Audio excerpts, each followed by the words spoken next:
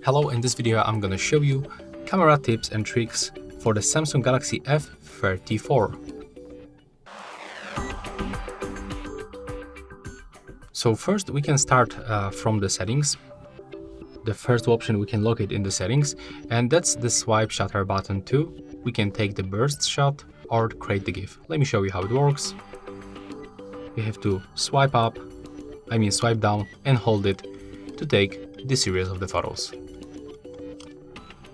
Next option, we can find setup to our volume buttons. So when you click on the volume up or volume down, you will take photo. In my case, I just set up this 5 seconds delay, but you can also get it without the delay by clicking just like that. Next, when you open the settings and scroll down, you can find other options. It will be in the shotting methods.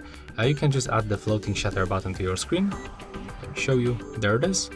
And you can just take the photos with this shutter. If you want to remove it, you can just drag it back right here, add it back, or click and hold and then tap on the minus. If you want to zoom in or zoom out, you can also do this by using these presets. But when you hold it, you will unlock this slider. And as you can see, it looks very smooth. And you will also unlock 2 additional presets with the 4 and the 10x.